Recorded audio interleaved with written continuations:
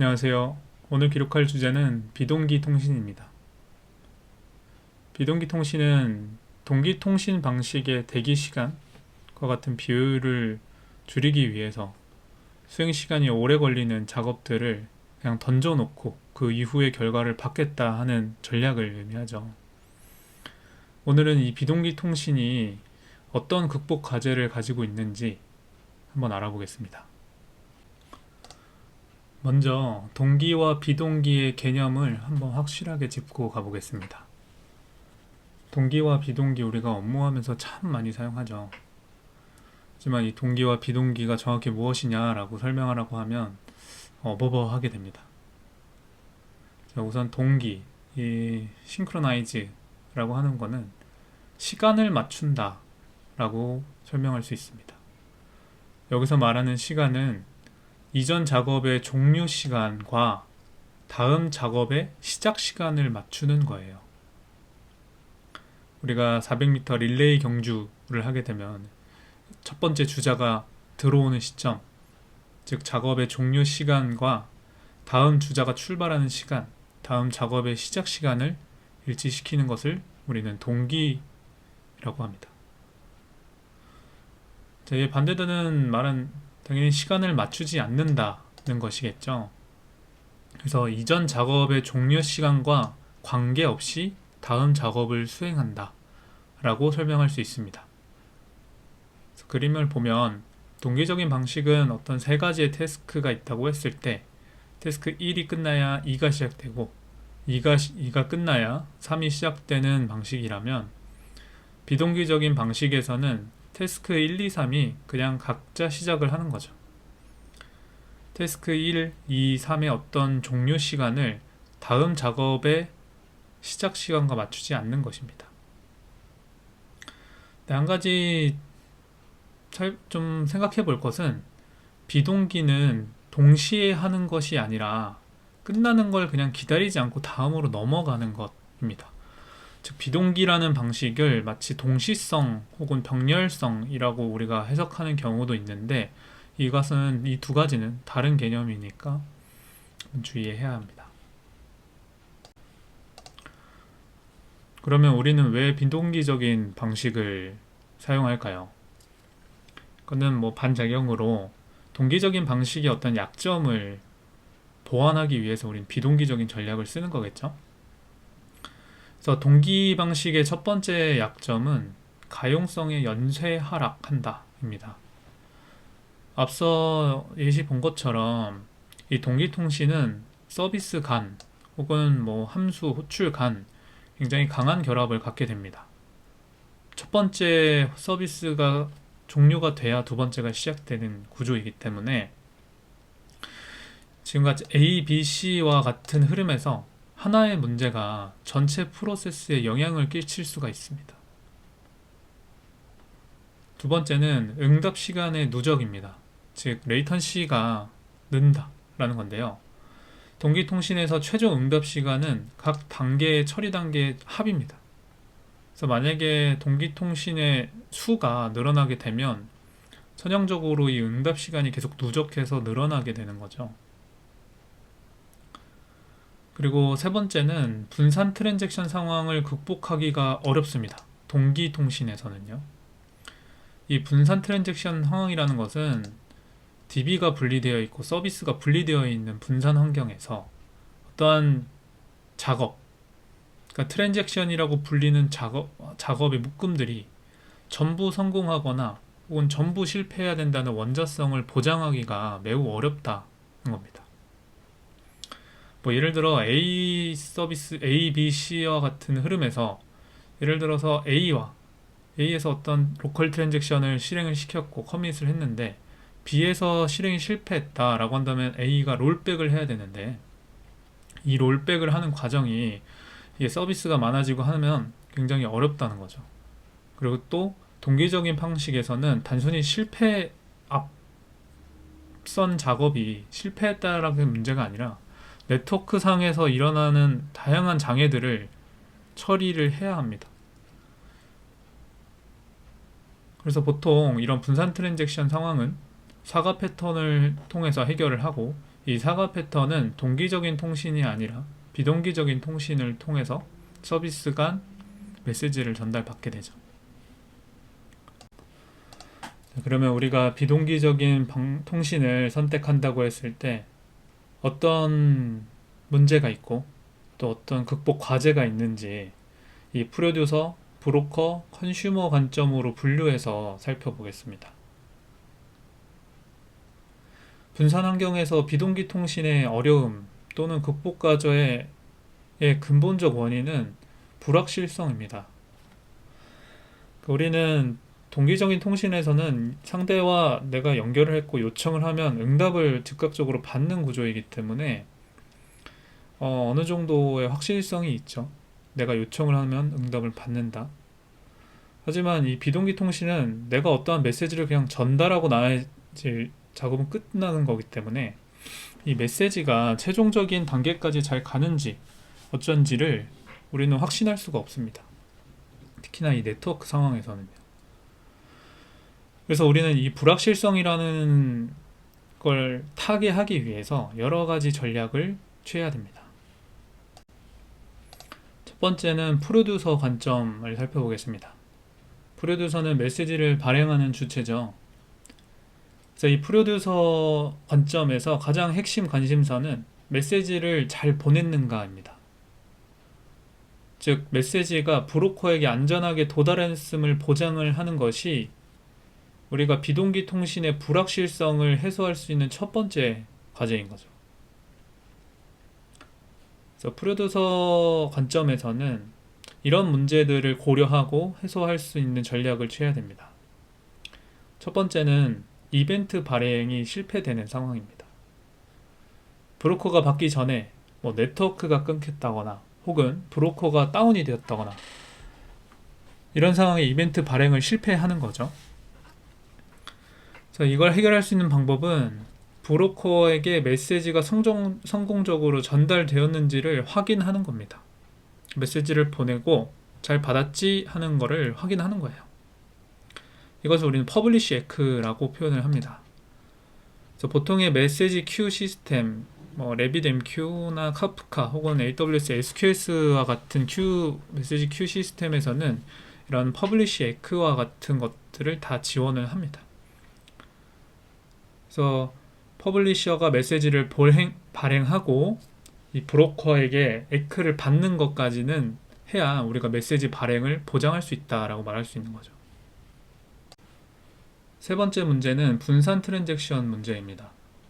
우리가 프로듀싱 단계에서 가장 고려해야 될 문제 중에 하나인데요.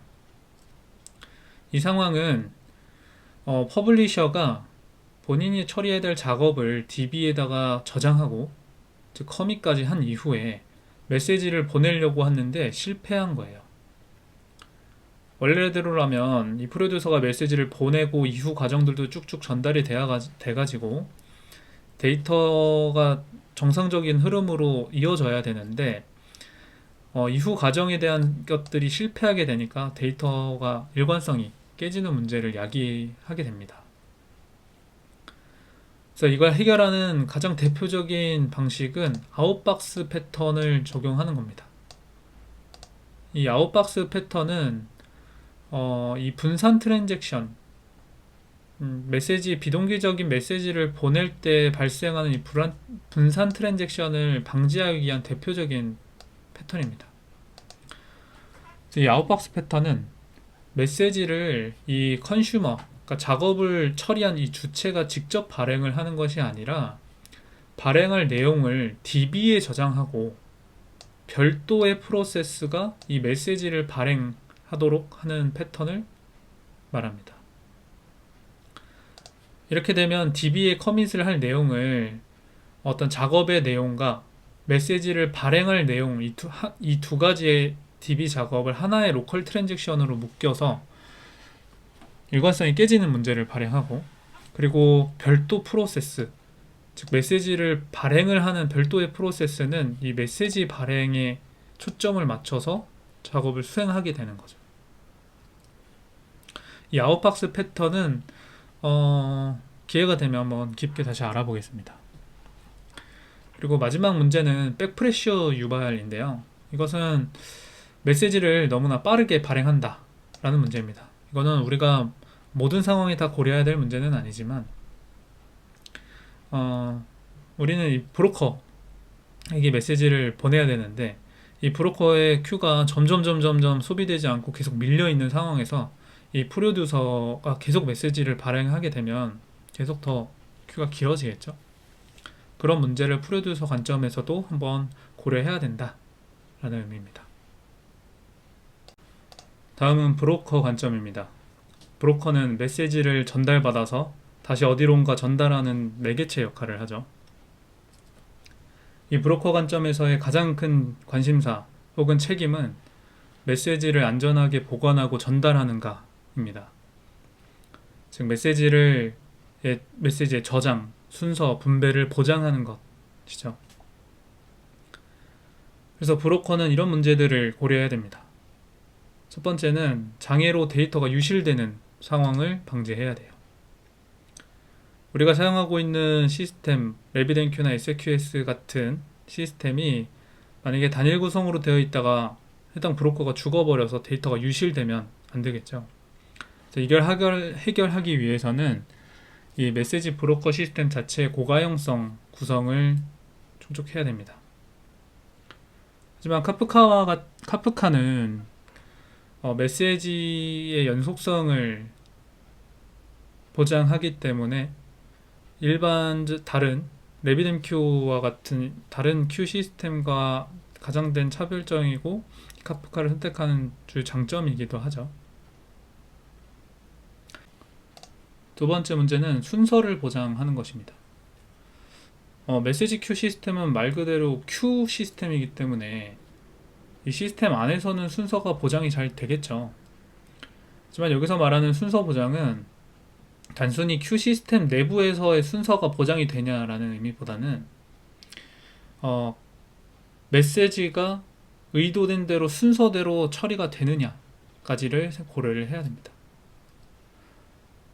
그래서 이것은 브로커만의 책임이 아니라 이 프로듀서와 컨슈머에서도 적절한 설계가 필요합니다. 그래서 예를 들어 메시지를 발행할 때부터 어떤 메시지의 시퀀스 넘버 같은 것을 주어서 순서를 표시를 한다든지 하는 설계를 할 수도 있고요.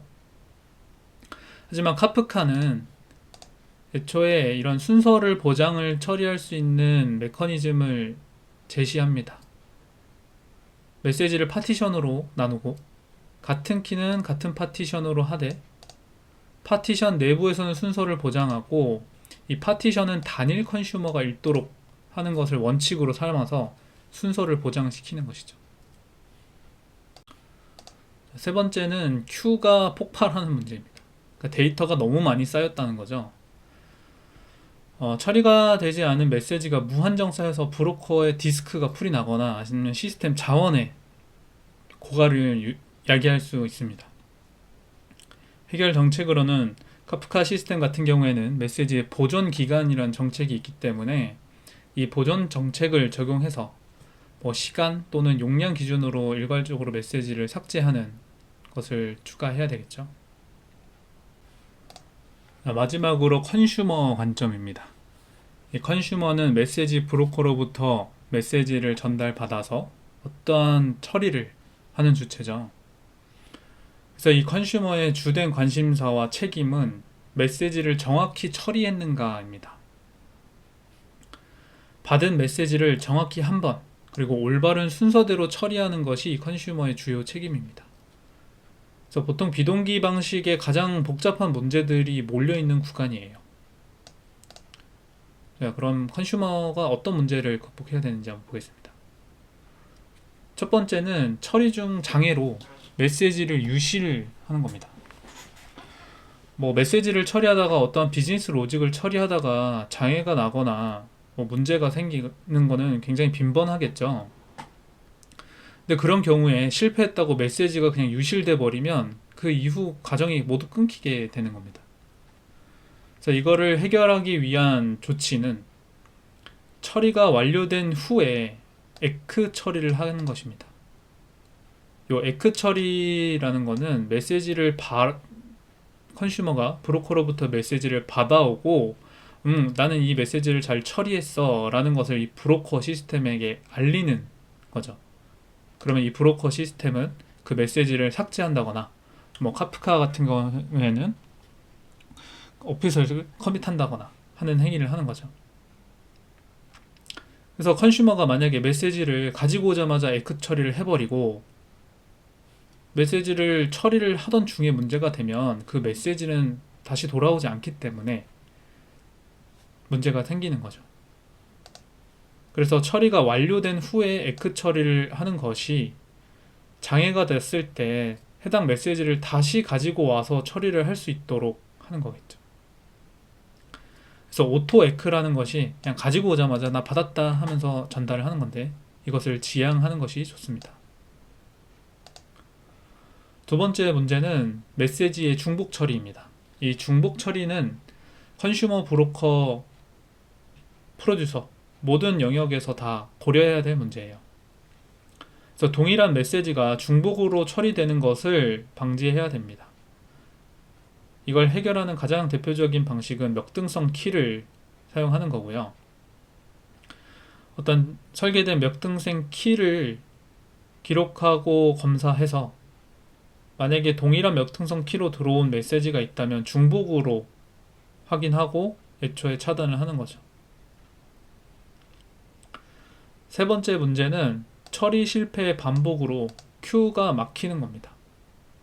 앞서 첫 번째 문제에서 처리 중 장애로 메시지가 유실되는 걸 방지하기 위해서 이제 처리가 완료된 이후에 에크 처리를 하도록 했는데 이렇게 되면 메시지가 계속 만약에 이제 메시지 처리가 계속 실패하게 되면 하나의 메시지를 처리하느라 뒤에 큐가 계속 밀리는 거예요.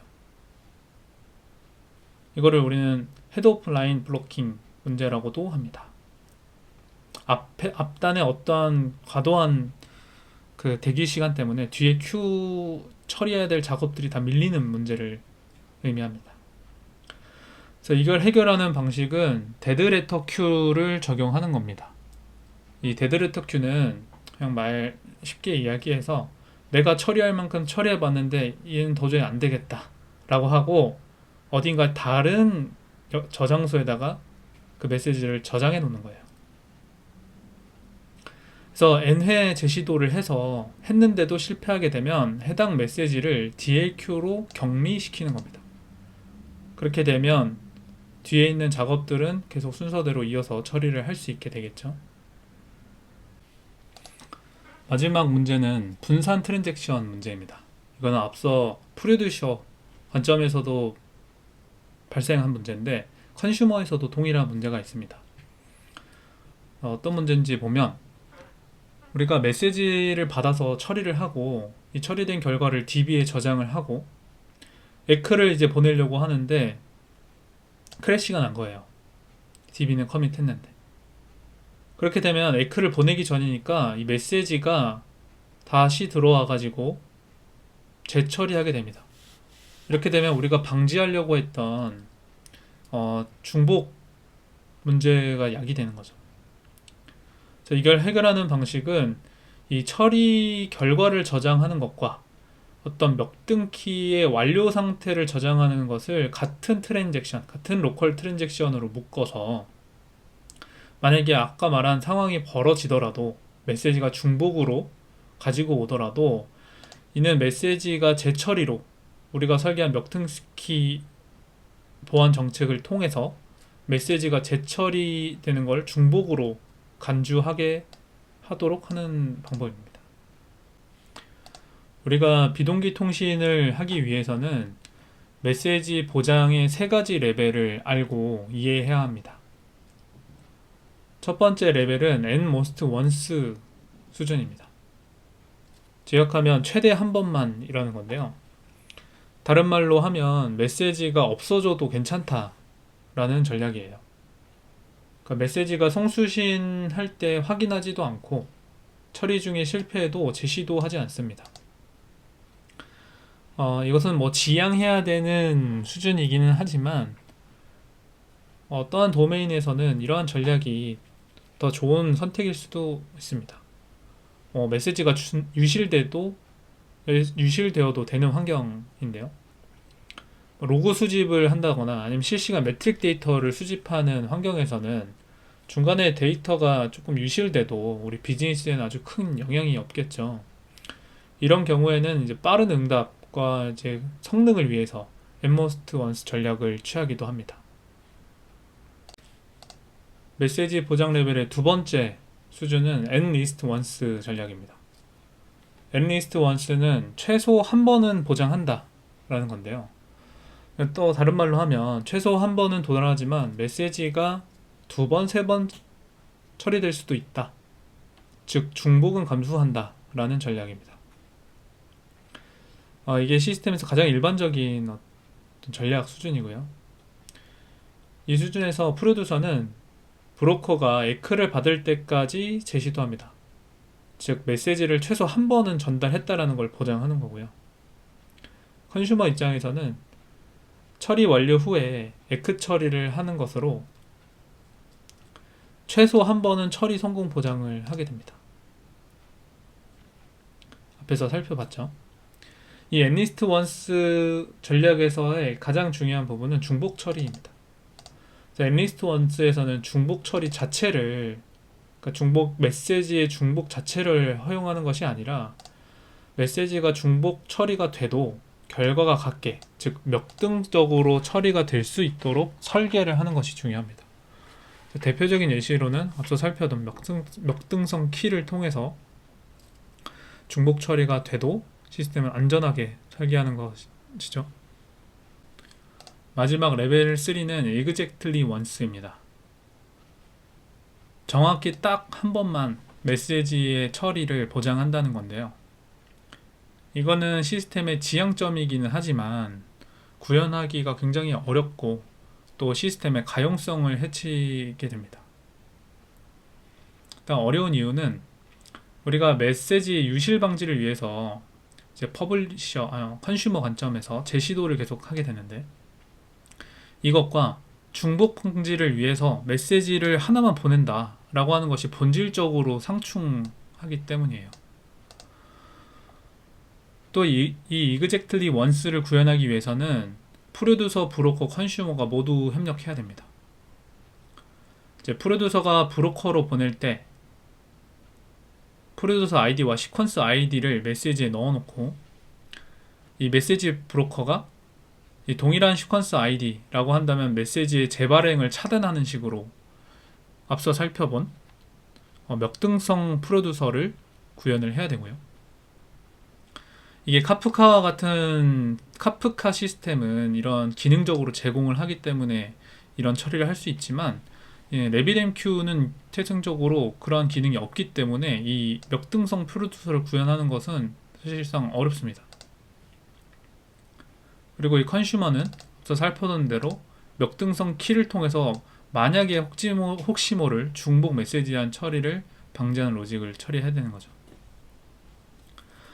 Exactly Once의 도입에 가장 어려운 건 이 구현의 어려움보다도 이 투페이지 커밋을 구현해야 된다는 겁니다. 이 프로듀서, 브로커, 컨슈머가 모두 하나의 트랜잭션으로, 프로듀서는 나는 메시지를 딱 하나만 발행했다, 브로커는 그 메시지를 받아고 전달했다, 그리고 컨슈머는 그 메시지를 처리했다라는 것이 하나의 트랜잭션처럼 관리가 되어야 되는데, 이걸 구현하기 위해서는 우린 투페이지 커밋과 같은 전략을 취할 수 있습니다. 하지만 이 투페이지 커밋은 모든 작업이 완료될 때까지 이 프로듀서, 브로커, 컨슈머가 대기를 하게 되는 가용성을 해치는 문제가 있어요. 그렇기 때문에 대부분의 일반적 시스템에서는 레벨 2인 At-least Once 전략에 멱등성 키를 통한 중복 처리와 같은 전략을 취하게 됩니다. 이 레벨이 올라갈수록 고려해야 될 것과 구현해야 될 것들이 올라가기 때문에 최종적으로 비용이 증가합니다. 이 레벨은 올라간다고 무조건 좋은 것이 아니고, 무조건 이 레벨 3 Exactly Once를 이상향으로 취해야 하는 것도 아닙니다. 이제 우리가 취하고 있는 비즈니스 도메인의 특성, 그리고 우리 팀의 상황, 여러 가지 것들을 고려해서 적절한 트레이드 오프를 결정할 수 있어야 됩니다. 오늘 이렇게 비동기 통신을 하기 위해서는 어떤 극복 과제와 전략들이 있는지 한번 살펴보았습니다. 감사합니다.